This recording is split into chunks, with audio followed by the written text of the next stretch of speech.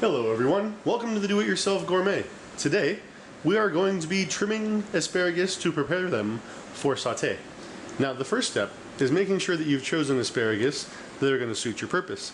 And when you open up the band and get the package undone, you want to make sure and look for asparagus that are in not so great condition, things that you might want to get rid of before you start trying to cook them.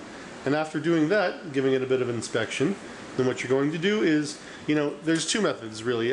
Some take it and where it snaps is where you want to do it, but sometimes that only works on the bigger ones. So if you have the smaller ones, you kind of want to take a feel and see where that bend mark is, and then generally as a whole, you can group them together, start to see where the white in general goes into a darker green, and take it from there. Now on these, we've got about 2 inches that we could do without, and that'll help get rid of some of the dryness on the end, and it'll also make it a little softer on the sauté and to the bite.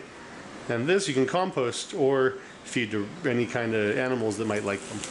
So you take it, cut through it, pull those away, and generally speaking, that will do it. You might want to take a closer look again, make sure you've got all the bits that you don't want to cook pulled out of it ahead of time, and then you take it to the pan, sauté it, steam it, or however you prefer to prepare asparagus, and that'll do you.